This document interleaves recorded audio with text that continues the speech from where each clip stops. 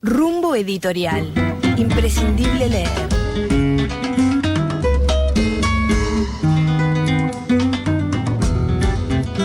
Pone la mañana en camino Carmen Galuso. Buen día, bienvenida, Carmencita.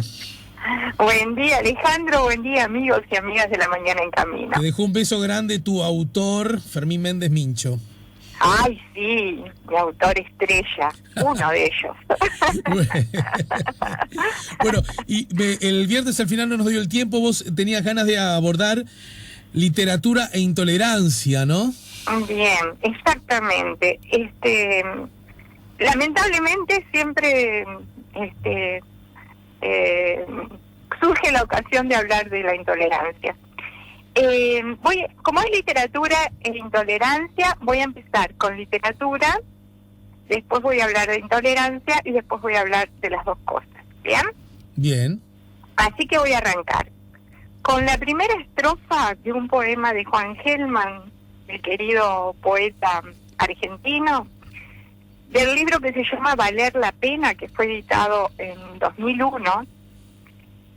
Y el poema se titula Torcasas, y la primera estrofa dice así: se pasa de inocente a culpable en un segundo. El tiempo es así torcasas que cantan en un árbol cansado. Bien. Y ahora vamos a hablar un poquito para ponernos de acuerdo, ¿no?, en alguna definición de intolerancia, porque la intolerancia, como todas las cosas, tiene su carácter subjetivo. De repente uno puede confundir la intolerancia de acuerdo a su grado de tolerancia o intolerancia.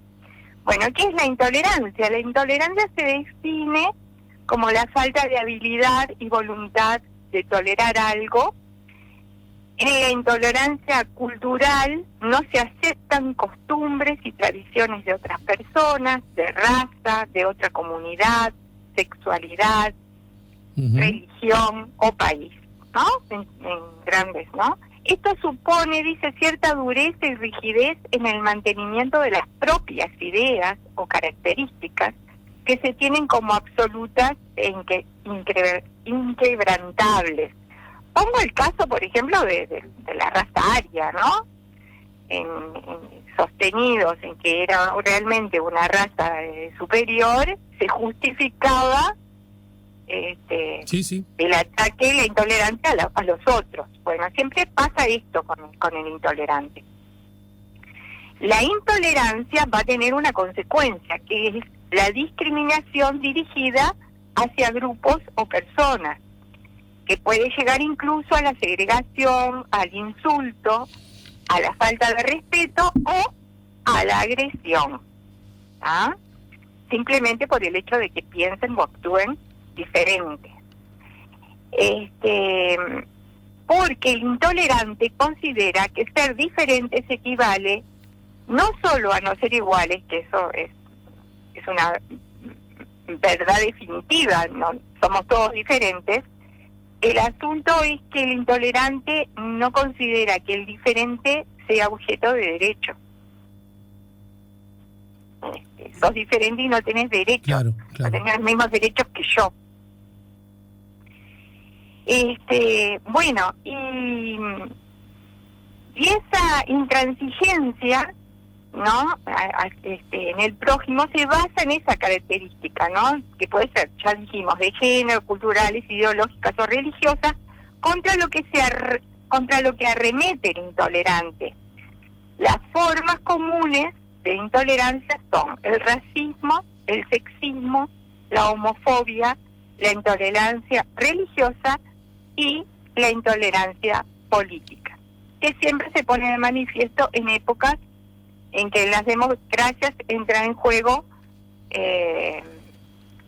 por ejemplo, la elección de nuevos gobiernos, sí, de nuevas autoridades, de nuevos representantes de esa democracia, y ahí cuando más debiera imperar la tolerancia, porque estamos todos con las mismas posibilidades de elegir, surgen, como todas las contradicciones que tenemos los seres humanos, se ponen también de manifiesto muy en alto los intolerantes. entran en juego los intolerantes. Bien. Y ustedes dirán, ¿y todo esto con la literatura qué? Bueno, entonces, para que te lo digo. ¿Y todo esto con relación a la literatura qué? Exactamente. Y bueno, porque los escritores y las escritoras son personas, son seres que a través de su arte, como los otros artistas también, como los pintores, como los escultores, como los músicos, algunas veces ponen su arte al servicio de lo que piensan, ¿no? Y así no lo hagan, siempre se filtra algo de ese artista. O a veces el artista, los artistas que ponen al servicio su ideología, su religión o lo que sea, al servicio de su arte, se le llama, tiene muchos nombres, pero últimamente se ha adoptado mucho la palabra comprometido, ¿no? Comprometerse al servicio de algo, ¿bien? Sí. Y después están los otros que aunque no pongan en su arte, no aparezca su compromiso político, religioso o lo que sea, tienen una vida comprometida. ¿Vean? Entonces, bueno, le juegan por los dos lados. Va a tener los que piensan igual que él o la escritora, en este caso, los van a aplaudir, y los que piensan diferente los van a rechazar o los van a ignorar, o sea que, como decía, vos sabés que yo soy fanática de los ensayos de Benedetti, y hay un libro que se llama Perplejidades de fin de siglo. Él se estaba refiriendo, bueno, por supuesto, al siglo que nos dejó. Y en un ensayo que se llama Los propietarios de la libertad, fíjate, él era genial para titular. Propietarios de la libertad, un oxímoron ahí, ¿no? Claro, obviamente. Un juego de contrarios. Dice, es bueno, dice Benedetti, que los autores comprometidos vayan sabiendo qué futuro les espera. A tal extremo, dice, ayuda a la semántica, a la descalificación, que sus obras, sean subversivas o fantasiosas, ya no serán enviadas a la tradicional hoguera, más bien serán arrimadas cautelosamente a la estatua de la libertad, a fin de que ardan en su inapagable antorcha. Y él acá estaba refiriéndose a lo que pasó con los artistas, porque esto además, a través del tiempo, por eso yo arrancaba con esa estrofa del poema de Juan Gelman, que podés pasar a ser inocente o culpable en un segundo, porque justamente todos los autores, una larga lista de autores comprometidos, que fueron aplaudidos en la primera mitad del siglo XX, porque eran portadores antes de la guerra, ¿no? Por ejemplo, Brecht, Chaplin, Picasso, Antonio Machado, César Vallejo, Rafael Alberti, por ponerte algunos nombres, que está lleno, ¿no? Después van a pasar a ser descalificados, ¿no? Cuando se apagan de repente determinadas amenazas que le son comunes a todos, van a pasar a ser descalificados y vistos como, bueno, justamente criticados por poner sus ideas volcarlas en su arte, ¿no? En su poesía, en su pintura, en todo lo que aplaudieron el Guernica. Después en algún momento se van a oponer a determinadas posturas de Pablo Picasso, ¿tá? Esto pasa mucho en el arte también. Uh-huh. Bueno, y como pasan estas cosas y vienen pasando desde mucho tiempo atrás, los artistas se organizaron en una organización que se llama PEN. ¿Cómo? PEN, P-E-N. PEN, que ahora es internacional, empezó siendo primero un club, ahora se llama PEN Internacional. Es la única asociación mundial de escritores que fue fundada en Londres como club en 1921, fue fundada para promover la amistad y la cooperación intelectual entre los escritores de todo el mundo. El acrónimo se refería a poetas, ensayistas y novelistas, y ahí viene la palabra PEN. Actualmente tiene más de 25.000 socios, incluye todo tipo de personas dedicadas a las letras. Empezó con escritores, pero hoy se agregaron periodistas, historiadores, traductores, hasta blogueros tenemos ahora. La asociación esta cuenta con 149 centros internacionales que son independientes, distribuidos en más de 100 países. Y entre sus objetivos justamente se encuentra enfatizar el rol de la literatura en el desarrollo del entendimiento mutuo y de la cultura mundial, y luchar justamente por la libertad de expresión, entre otros fines. Internacional.org es su sitio web, que tiene ahí toda la historia, que es muy interesante. Lo pueden rastrear. Es muy interesante realmente. Bueno, esto les decía que arrancó como un club que fue fundado por una escritora que es conocida por el seudónimo de Safo. Después esto va a ir creciendo y se va a transformar en esta organización internacional. Tanto crece que en 1949 adquiere el estatus consultivo en las Naciones Unidas como representante de los escritores. Y tiene diversas funciones que, además de la cooperación, tiene una lucha enérgica contra la censura política, contra las víctimas de torturas, de encarcelamientos o de asesinados propios de las tiranías y las dictaduras. Estamos hablando siempre de artistas, escritores, de artistas de la palabra. O sea, estamos hablando de activistas políticos. Estamos hablando de escritores que sufren todo esto. ¿Bien? Bueno, el PEN entonces es una entidad plural, sin vinculación partidaria alguna. Tiene este estatus y está asociado además a la UNESCO. Los participantes, la participación es abierta a todos los escritores que tengan obra publicada, sin distinción, por supuesto, como promueve sus ideas de clase, de religión, de nacionalidad, de color, de piel o de género. Justamente ellos lo que quieren es que las obras lleguen a todos, ¿no? Y después estaban estos centros que les decía que son autónomos, los de cada lugar, y que van a actuar según la conflictiva que surja en cada país o en cada región o en cada zona donde se instalan, ¿no? Claro. Bien, pero quería resaltar 5 comités que se han formado, que son estos comités, integran la organización y actúan en forma genérica para todos, ¿ah? Que son el Comité de Escritores Encarcelados. Solo con el nombre ya da la dimensión de por qué existe esta organización.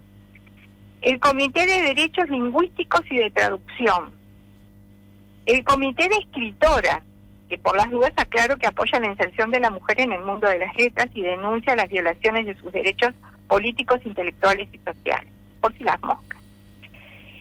Y el Comité de la Paz, ¿tá? Que promueve seminarios, programas especializados, y todo contra la violencia enmascarada en prejuicios étnicos o genéricos, que desata muchos conflictos internacionales o fratricidas.